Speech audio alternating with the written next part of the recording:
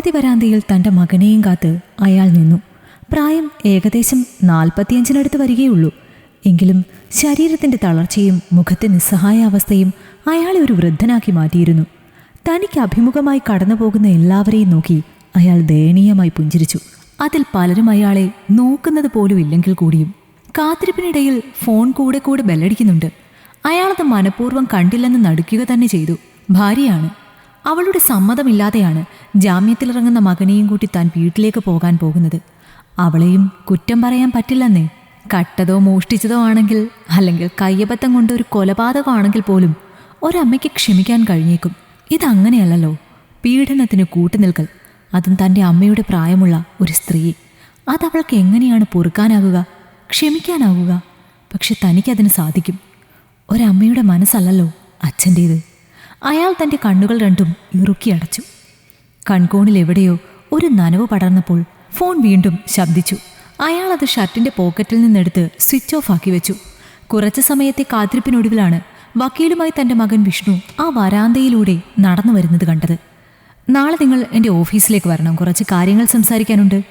തികഞ്ഞ ഗൗരവത്തോടെ വക്കീലത് പറയുമ്പോൾ അയാൾ കൈ കൂപ്പിക്കൊണ്ട് സമ്മതം മൂളി. അപ്പോഴും അതൊന്നും തന്നെ ബാധിക്കാത്ത മട്ടിൽ യാതൊരു കുറ്റബോധവുമില്ലാതെ വിഷ്ണു കയ്യും കെട്ടി നിന്നു. സംസാരിച്ചു കഴിഞ്ഞതും കയ്യിൽ കരുതിയിരുന്ന ബാക്കി തുക അയാൾ വക്കീലിനു നേരെ നീട്ടി. നാളെ ഓഫീസിൽ വരുമ്പോൾ തന്നാൽ മതി.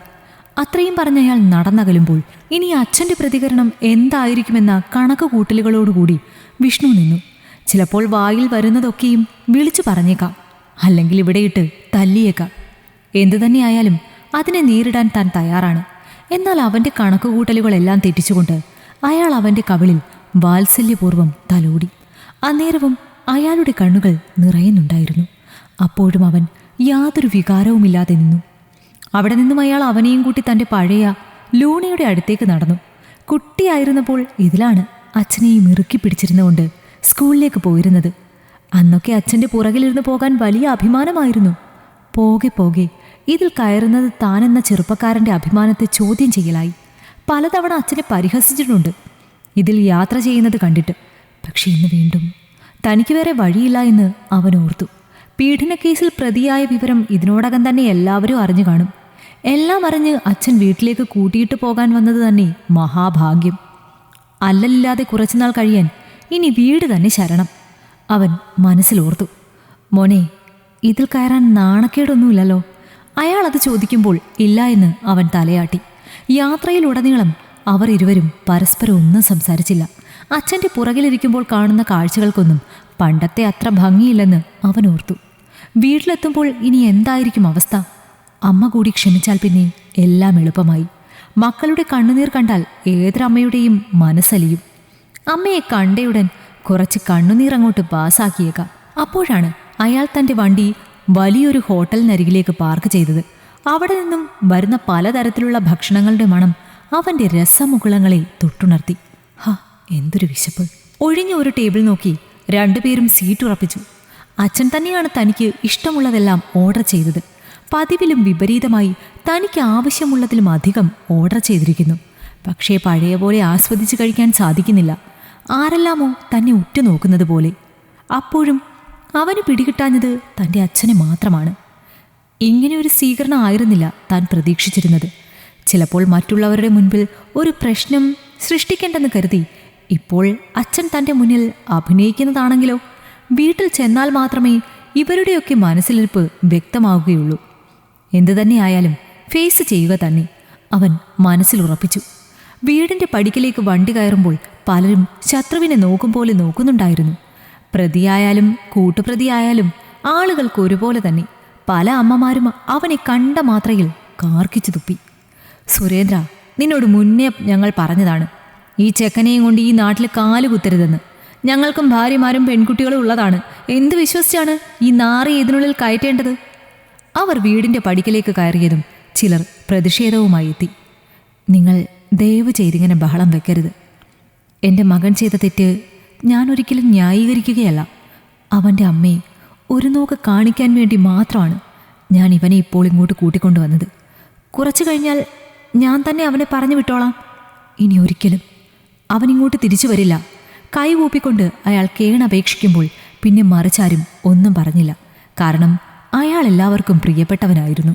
അവനെയും വിളിച്ച് വീടിനുള്ളിലേക്ക് കയറുമ്പോൾ സോഫയിൽ അമ്മ അവനെ തുറിച്ചു നോക്കിക്കൊണ്ടിരിപ്പുണ്ടായിരുന്നു. കരഞ്ഞു കരഞ്ഞാവണം, കണ്ണുകൾ കാണാത്ത വിധം കൺതടങ്ങൾ വീർത്തിരിക്കുന്നു.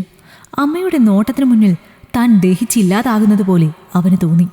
മഹാപാപി, എന്തിനാടാ എൻ്റെ കൺമുന്നിൽ വന്നത്? എന്നെപ്പോലെ തന്നെ ഒരു സ്ത്രീ അല്ലായിരുന്നോടാ അവരും? നിന്റെ അമ്മയ്ക്കില്ലാത്ത എന്താടാ നീ അവരിൽ കണ്ടത്? നിനക്ക് പാലൂട്ടിയ മാറിടത്തെ അല്ലേ നീ മറ്റൊരു കണ്ണിൽ കണ്ടത്? നിന്നെപ്പോലെ ഒരു നീചനെ അല്ലേടാ ഞാൻ പാലൂട്ടി വളർത്തി വലുതാക്കിയത്.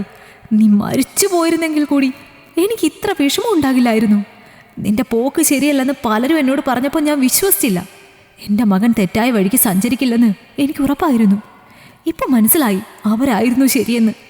നിന്നെപ്പോലൊരു ദുഷ്ടൻ എൻ്റെ വയറ്റിൽ പിറന്നല്ലോടാ. അലറി വിളിച്ചുകൊണ്ട് അവരവൻ്റെ ഷർട്ടിൽ പിടിച്ചപ്പോൾ അയാൾ ഇടപെട്ടു. എന്താ സിന്ധു, നമ്മുടെ മോനോട് നമ്മളല്ലാതെ മറ്റാരാണ് ക്ഷമിക്കുക? അയാൾ അവരെ സോഫയിലിരുത്തിക്കൊണ്ട് അവനെ ചേർത്ത് പിടിച്ച് മുറിയിലേക്ക് കൊണ്ടുപോയി. മോൻ ഇവിടെ ഇരിക്ക്, അച്ഛൻ കടുപ്പത്തിലൊരു ചായ കൊണ്ടുവരാം. അതും പറഞ്ഞ് അയാൾ അടുക്കളയിലേക്ക് പോകുമ്പോൾ അവൻ അച്ഛനെ തന്നെ നോക്കിയിരുന്നു. 10ാം ക്ലാസ്സിൽ പഠിക്കുമ്പോൾ ഫുൾ A+ വാങ്ങിയാൽ പുതിയ സൈക്കിൾ വാങ്ങിത്തരാ എന്നായിരുന്നു അച്ഛൻ്റെ വാക്ക്. പക്ഷേ റിസൾട്ട് വന്നപ്പോൾ ജസ്റ്റ് പാസ് മാർക്ക് മാത്രമാണ്. അന്ന് അച്ഛൻ പറഞ്ഞു സാരമില്ലെന്ന്. പിറ്റേന്ന് മുറ്റത്ത് ഒരു സൈക്കിളും ഉണ്ടായിരുന്നു. ഇന്നിപ്പോൾ കോടതി വരാന്തയിൽ നിന്ന് കൈ പിടിച്ചു വരുമ്പോഴും അച്ഛൻ പറഞ്ഞു സാരമില്ലെന്ന്. സത്യത്തിൽ അച്ഛനെ അന്നും ഇന്നും പിടികിട്ടുന്നില്ല. അവൻ തൻ്റെ മുറിയിലൂടെ വെറുതെ ഒന്ന് കണ്ണോടിച്ചു. മുറിയിലെ ഓരോ വസ്തുവും തനിക്ക് അപരിചിതമായതുപോലെ അവന് തോന്നി. അമ്മ അപ്പോഴും എന്തൊക്കെയോ ശാപവാക്കുകൾ ചൊരിയുന്നുണ്ട്.